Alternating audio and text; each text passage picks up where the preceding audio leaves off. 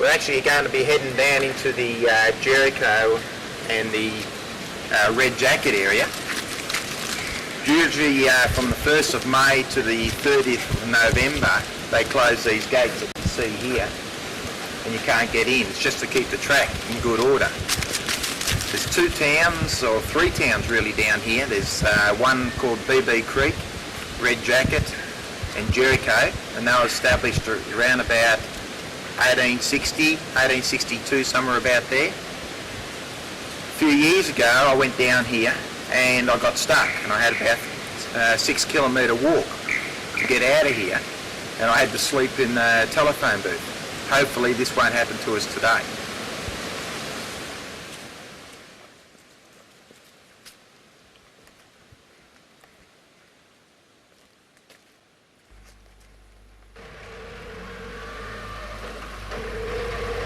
We're coming into Violet Town now.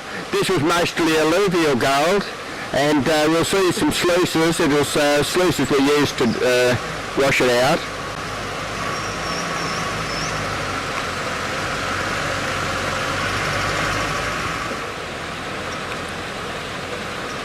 We're still coming in here, and we're going to have a look at the old township. Just going to come across the creek.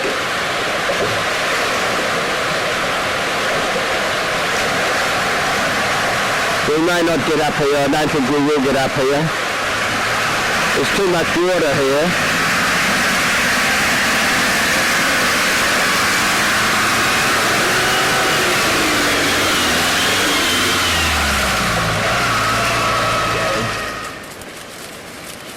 This is one of the hydraulic sluicing areas.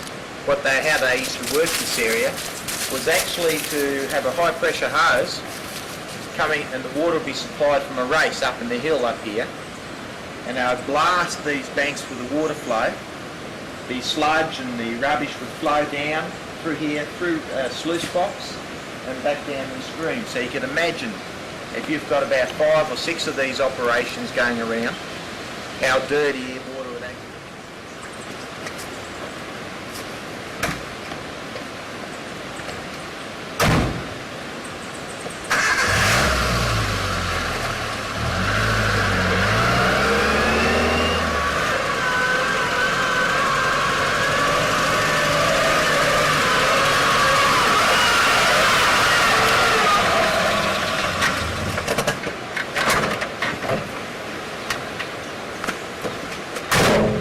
We're finally here at Red Jacket. What we're going to have a look at before we actually go and have a look at the cemetery, which is just up behind us here, we're going to actually have a look at the Red Jacket post office. Come with me and let's have a look.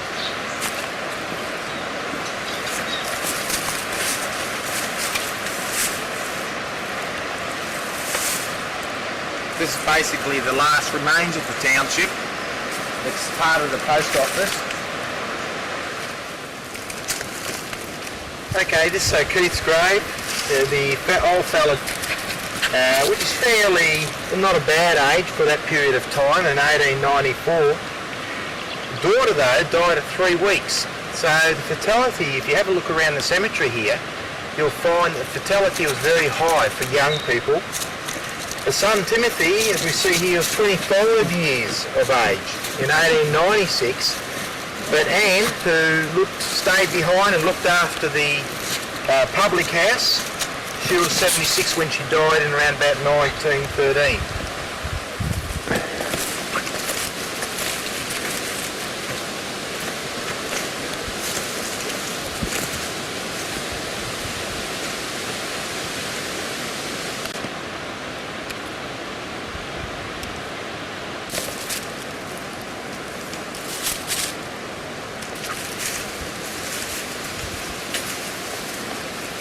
There's a very interesting grave here.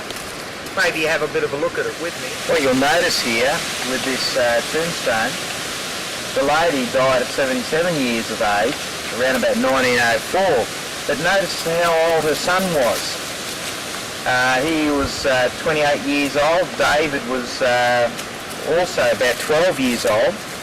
And if you look at a lot of the graves here, a lot of people died at a very early age. Have a look up in the hills here, over to my right hand side. This is the type of country that they actually had to bring in with their pack horse and bring the food and supplies in here. Now if someone had an illness, also would be a problem, would be getting medical treatment, which was from here on a horse around about 3.5 hours to Walhalla, to the nearest practitioner.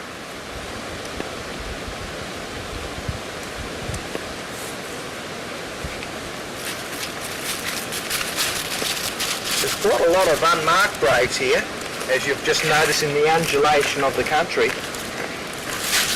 Very reluctant to tell people about this place, because in the other cemetery we're going to, over to Jericho now and have a look at, you'll see a lot of vandalism, and that's due to the public being able to get into it. This one, a lot of people don't know where it is, and that's the best way to keep it. We're at what we call the McIntyre Quartz Mine, that was established in the late 1800s, and it actually finished operating in the early 1900s. But what we'll have a look at is the before and after, and I'll show you the before because I have got a picture here you can actually have a look at.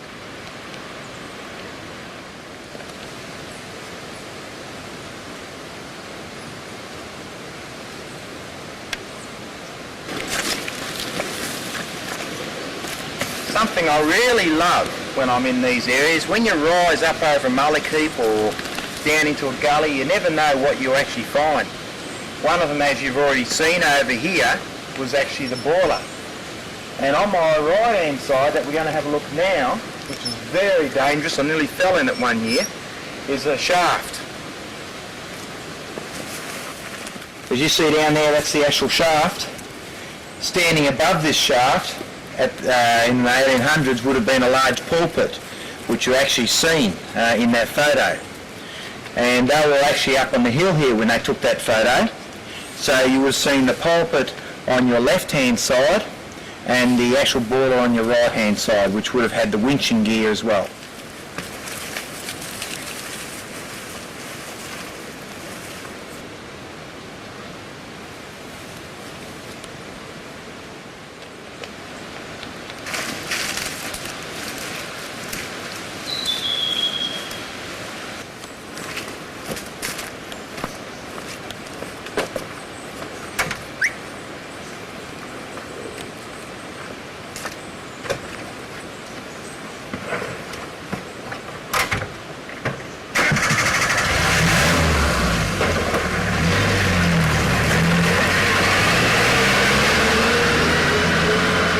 Stopped here to have a look at the state school that existed at Jericho. It originally started its name called Chapel Common School, and if you look around here you'll notice the vegetation. It's more so of a paddock type nature. The school actually opened in 1878 and it closed in the early 1900s, which forced the children who lived in this town to climb that hill up there, which made it very, very difficult for many of the population, forcing a lot of them to leave because the gold was dwindling as well. You'll notice this street we're on here, it's just a track now, but at that time this was the main street of the town. It was called Spring Street. It led down here, down across the gully, and on either side of this road there was about 40 to 50 businesses. A lot of the houses were here up to around about 1930s when the bushfires came through and destroyed the lot. What you see here is actually the diversion of the Gordon River. The old timers, in order to get the gold off the flats down here, they actually had to divert the whole river through this tunnel, which gives them access. Lovely spot, isn't it?